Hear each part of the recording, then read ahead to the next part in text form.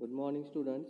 Next topic in a flow through pipes or internal flow, we consider as a loss of head at the entrance. In last class, we consider the major loss during the flow through a pipe. So that is because of friction. Friction because of the viscosity of the fluid. The major loss is due to the friction when fluid flow through the pipe. And minor losses are we consider sudden enlargement. If the pipe diameter is increased suddenly, that loss of head loss due to the sudden enlargement and sudden contraction we consider. Now next topic we are considering loss of head at the entrance. So here we can consider this is a tank and a pipe is connected to this tank. So area of this tank is large as compared to the pipe diameter. So at that time, so when fluid is flowing through the this pipe or enters into the pipe, it will be contracted and there will be no flow takes place during this region. That is, flow will be separated from the wall of the pipe, and here release or recirculation of the fluid occurs that causes head loss. This head loss is called as a loss of head at entrance. So this is because of mainly due to the contraction at the entrance region. So this head loss depends upon the type of entrance. The entrance may be the having the sharp edges or having the round edge, depending on the head loss in terms of kinetic head. So we have considered the head loss are mainly depend on the velocity of the fluid. That is the here head loss hi at the entrance will be 0.5 times kinetic head is v square by 2g. V is the velocity of the fluid in the pipe. So different types of entrance. This is the return. That is the pipe is inside the tank. That is, in that case the loss is higher, that is 0.8 v square by 2g. K is the this coefficient. Here if you consider average value is 0.5 v square by 2g. So in sharp edges the value of k is 0.5. But if we take the round edges, that is slightly round edges, the again the head loss is reduced to the 0.2. And if you use the well rounded edges, at that time again coefficient is reduced, means head loss due to the entrance is 0.04 v square by 2g. So it is again very small. So depending on the entrance shape, there are losses at the entrance, and that is mainly because of contraction of the flow. So flow here will be not cover the total pipe, it will be separated from the wall surface, that is called flow separation. So this will be responsible for losses, that is eddies or reverse flows takes place in this region. So this is called as head loss at the entrance. Similarly, head loss at the exit will be again taken as a HOV square by 2G. So exit may be connected to the another reservoir or a tank, or exit may be open to the atmosphere. So whatever the velocity available at the, suppose we consider from this exit is to the pipe is to the atmosphere. So at that time the velocity available will be reduced to the zero. That means head loss at the exist will be the because of the loss of velocity at the end point. So this is given as a v square by 2g, loss of head at the exist. So these are the two loss of head at entrance and exit. Next we are considering the loss of head due to the obstacle may be present, that may be wall or any obstacle present in the pipe, that will be causes reduction in the flow area. So a, because of obstruction here, area of the flow will be reduced at this region. The area of the flow will be reduced and again it will be increased. So obstruction mainly, beyond the obstruction the loss of energy is due to the sudden enlargement. So this obstruction reduces the flow area here and again increases after the obstruction. So this is due to the sudden enlargement.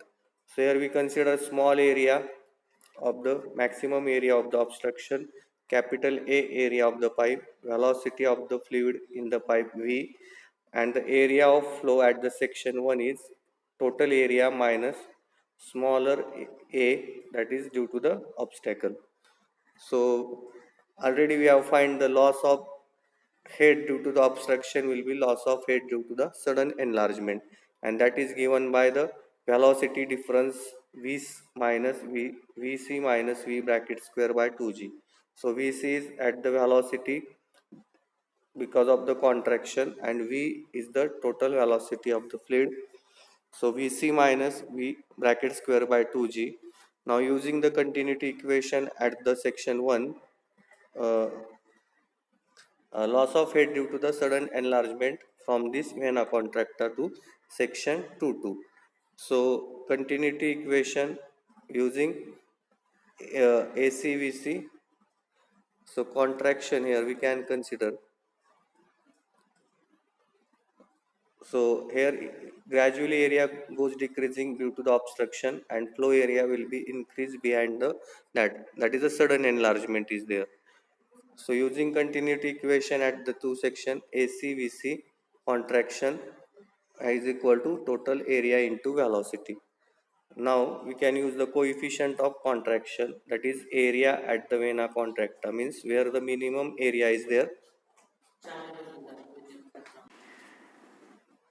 So here we can consider the CC as a coefficient of contraction is equal to the AC area at vena contracta where minimum area of the flow is there upon A minus A. So AC is equal to the maximum area of the contract due to the obstruction is the coefficient of contraction into A minus A. So CC into, here we take A minus A into VC. So replacing in that ACVC, AC is replaced as a CC into A minus A area into velocity.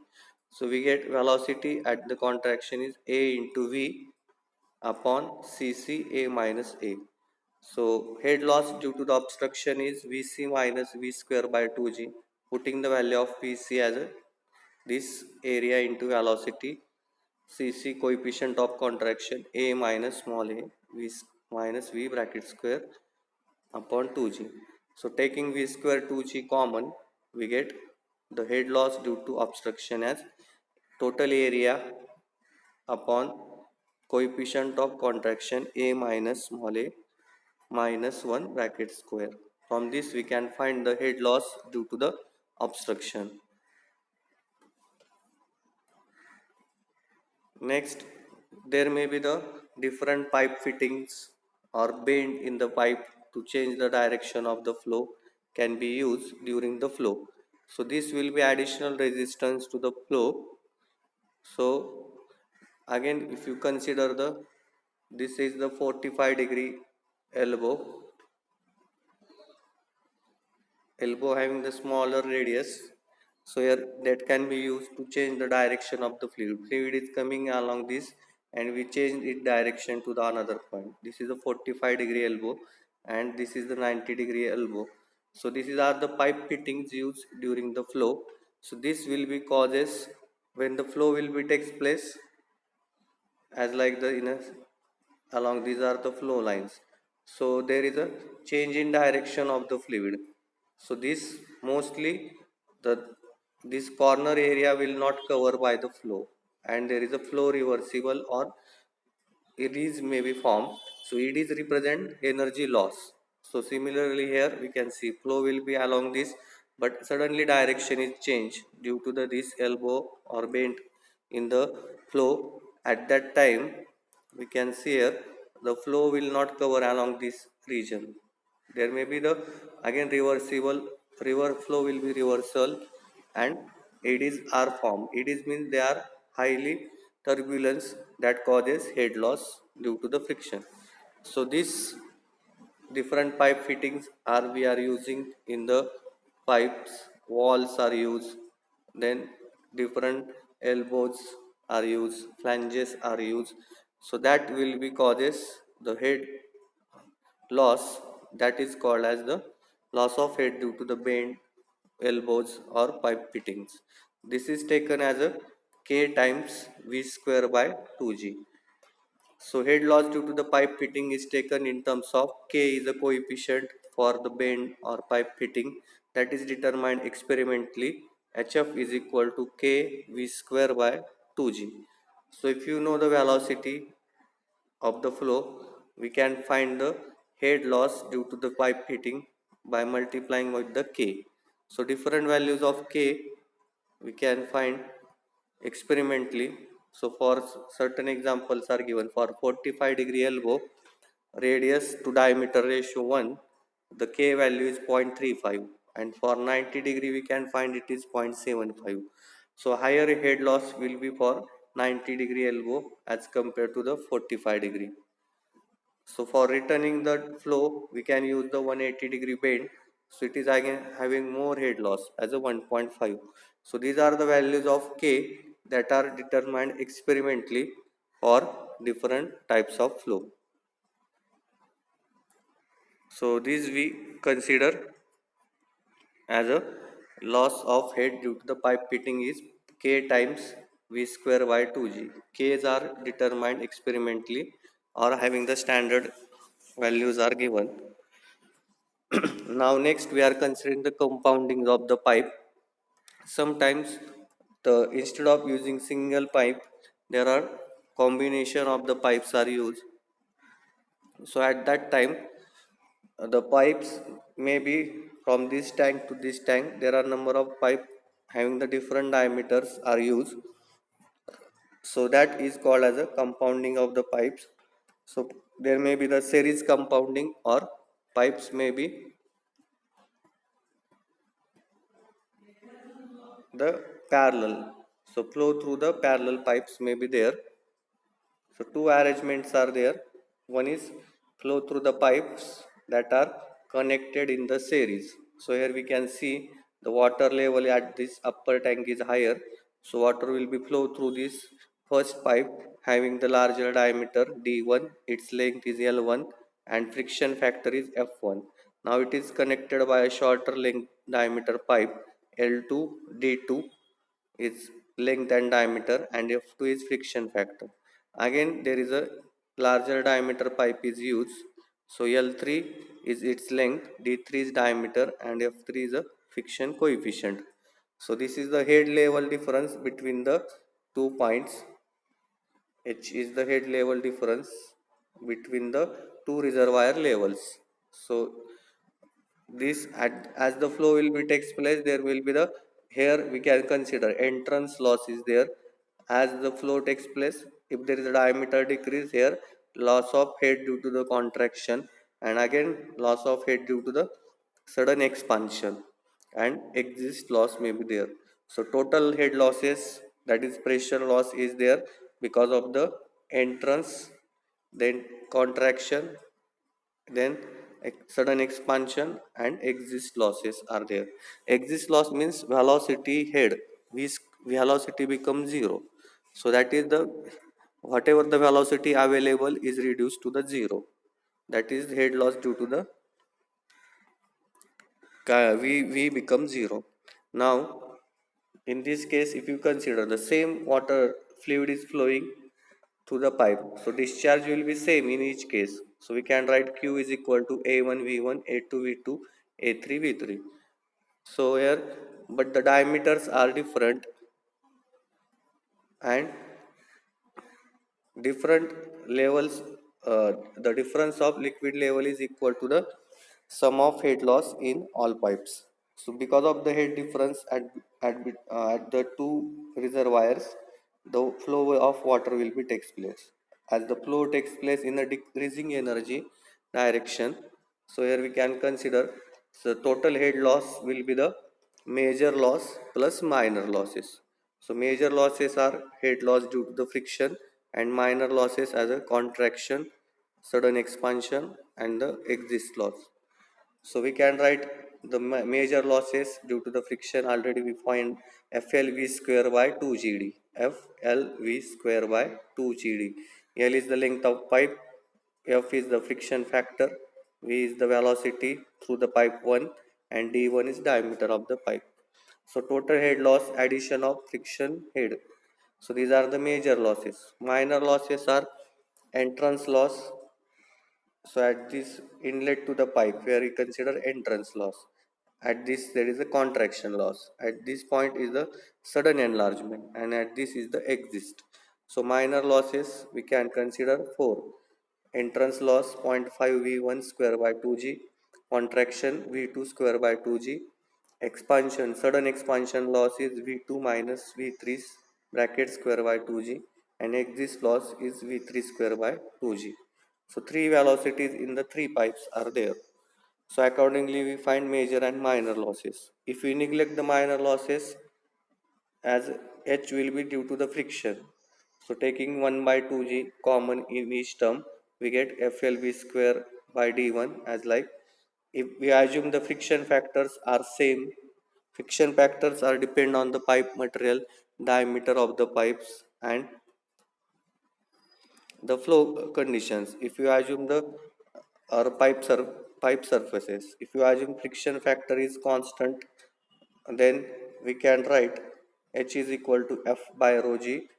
L1 taking F common each side, we get F by 2G. L1 V1 square by 2D1, as like we get H is equal to, in terms of length of the pipe, and V1's velocity of the flow. So H, this is the head loss. We can find total head loss. If you assume only by the major losses, then this is the formula. Now, if you can write this formula in terms of discharge, already we know V square is equal to Q upon area. So V square is Q upon area bracket square. So area is pi by 4D square. So we get 4Q pi D square. So V square is equal to 16 Q square pi square D raised to 4. So putting the value of 16 pi, we get the, and here 2 is there in this equation. So putting this value we get 12.1. So H is equal to FL Q square by 12.1 D1 raised to 5 F2L2 Q square 12.1 D2 raised to 5, as like we get H in terms of discharge, and this is in terms of friction factor or velocity. So next concept as equivalent pipe. So equivalent means it is, we are consider the, there are three here we can consider. Pipe may be the having sudden contraction, sudden expansion, entrance and exit losses. Now if you assume a single pipe instead of all these of same diameter, then this equivalent pipe can be replaced the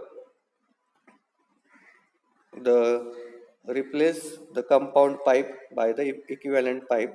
So equivalent pipe is of uniform diameter having loss of head and discharge equal to the loss of head and discharge of a compound pipe consisting of several pipes.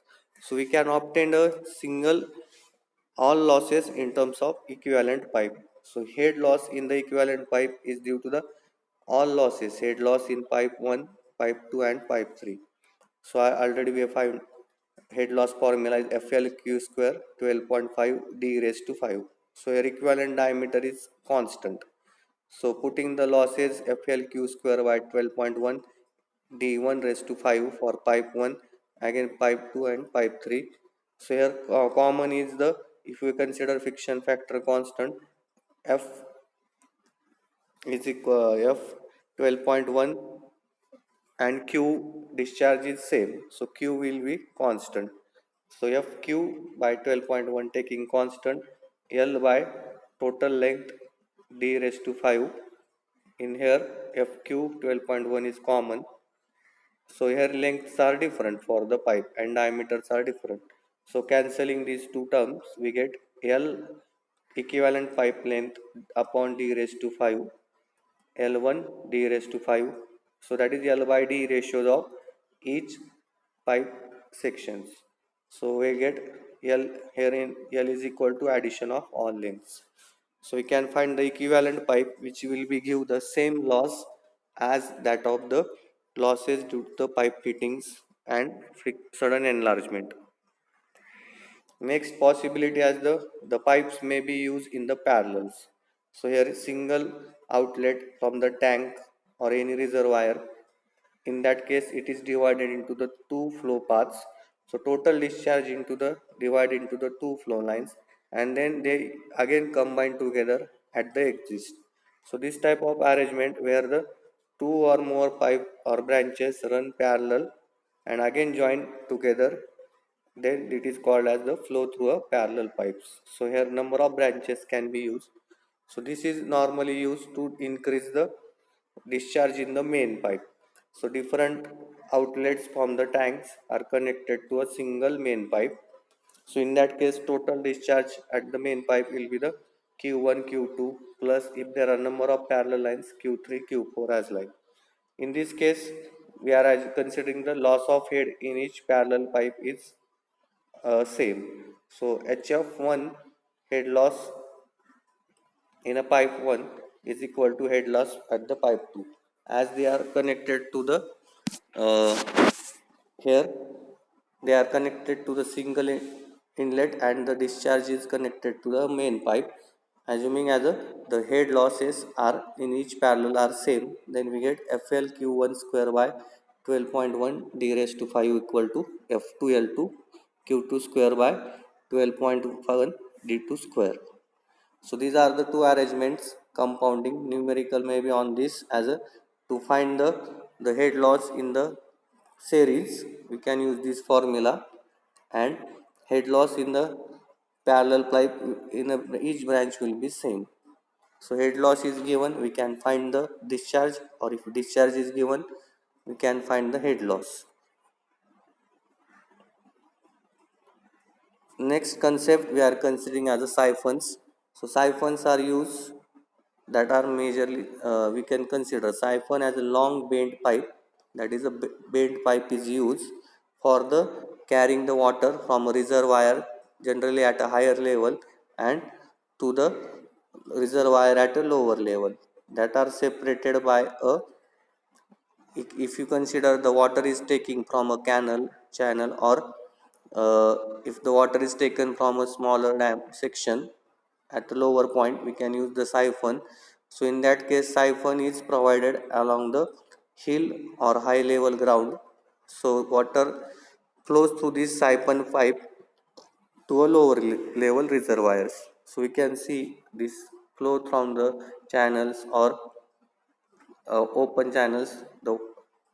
These pipes can be used to take the water from channels for the irrigation purpose. In this case, the water is flowing from the reservoir at this higher level to the uh, these are the bent pipes. Bent pipes are used that flows the water for irrigation. Or if there are no discharge wall or discharge is available in the tank, at that time we are using the siphon, that is a pipe. We can suck the water and then flow will be start continuously. Here pipe is bent at this section, so this reservoir level is at higher point as compared to the lower reservoir. So water will be flow by the gravity through this siphon. Water will be flow by gravity through this siphon. So when there is no discharge point is available, we can use the pipe bent pipe, that is a siphon, to take out the water or any liquid, and in the channels to take the water for irrigation we can use simply siphon effect without use of any external energy. These siphons carry water from the channel to the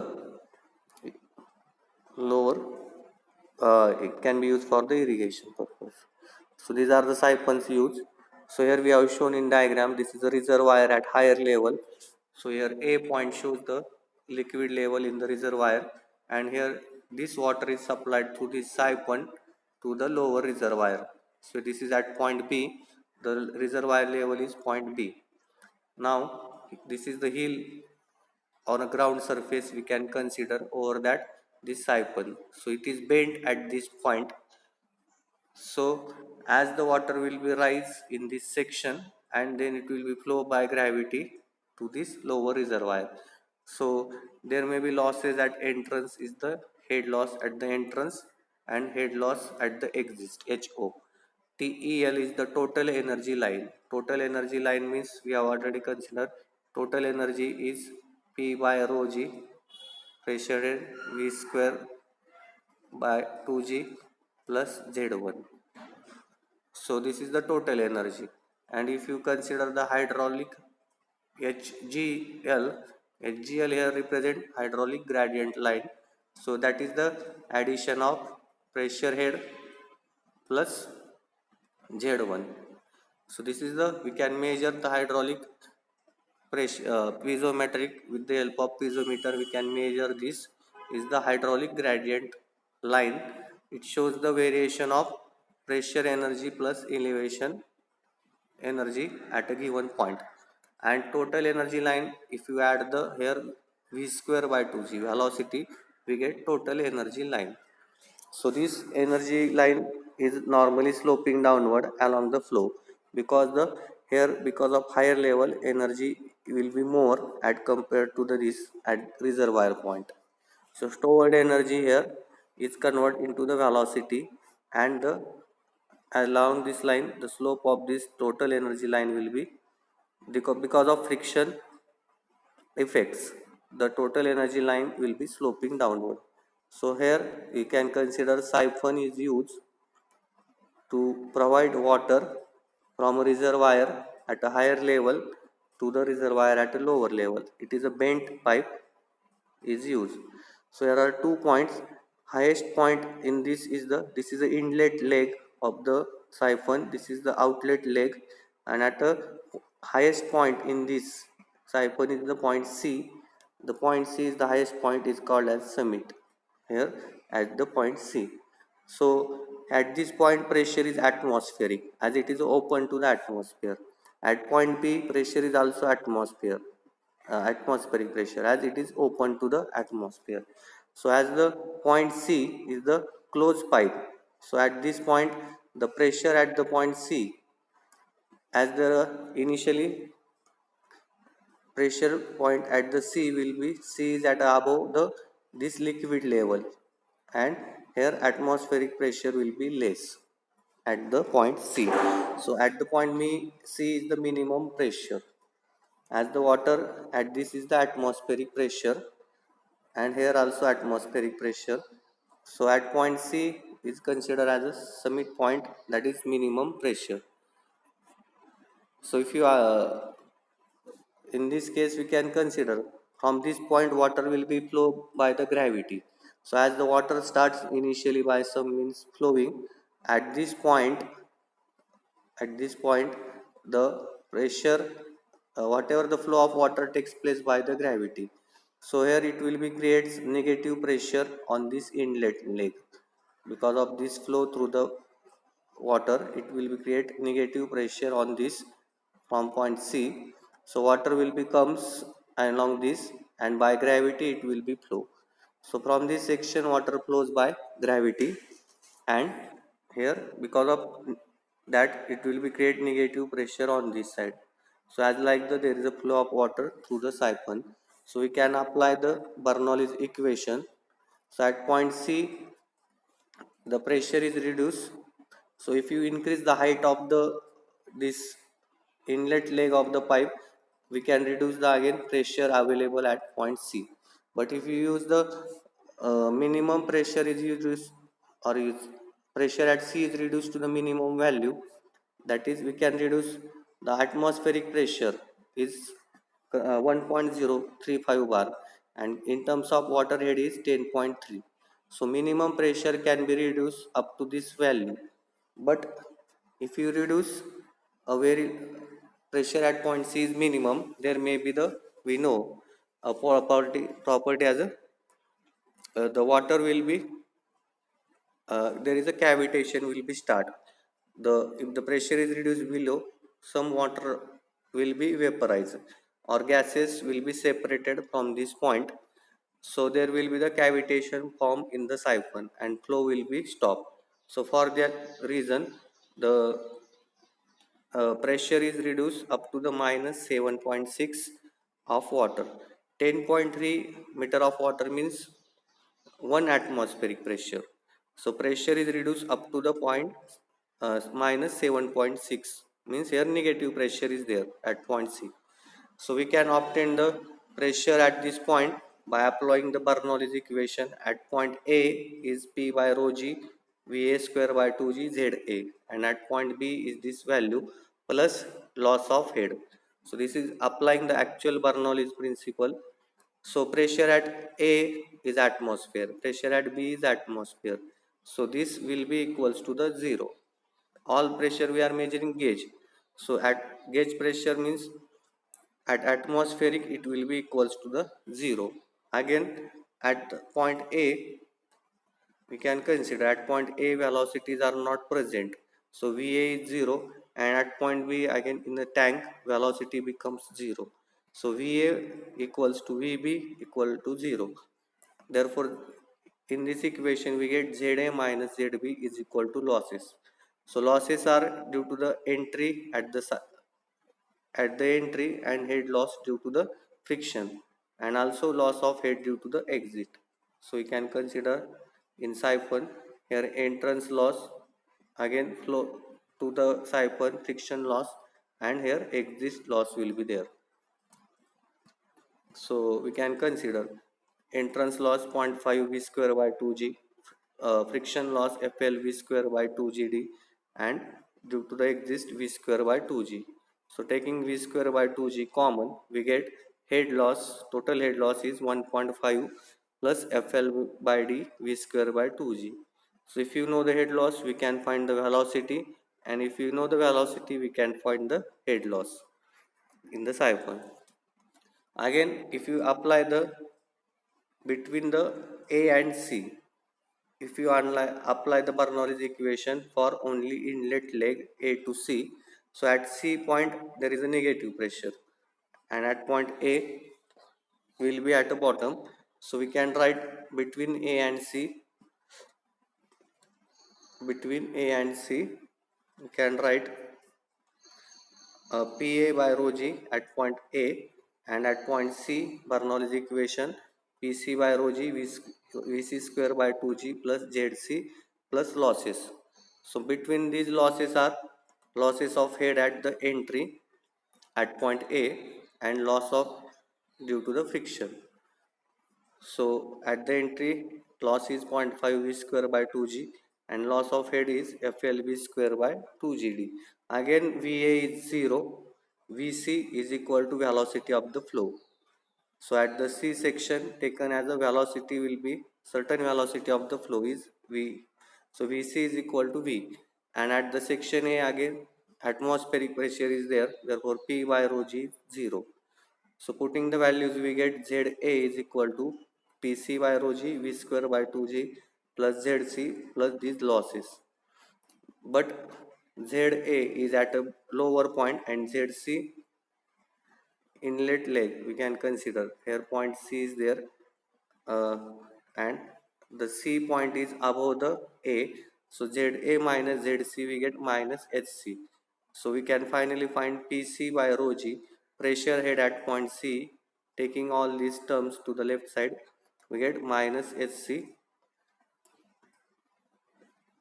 Za minus Zc minus Hc plus we taking all these terms to the left side, we get Pc by rho g is equal to minus Hc plus 1.5 Fl by d V square by 2g. So from this formula we can find the pressure head available at C. So this is a siphon used to carry the water.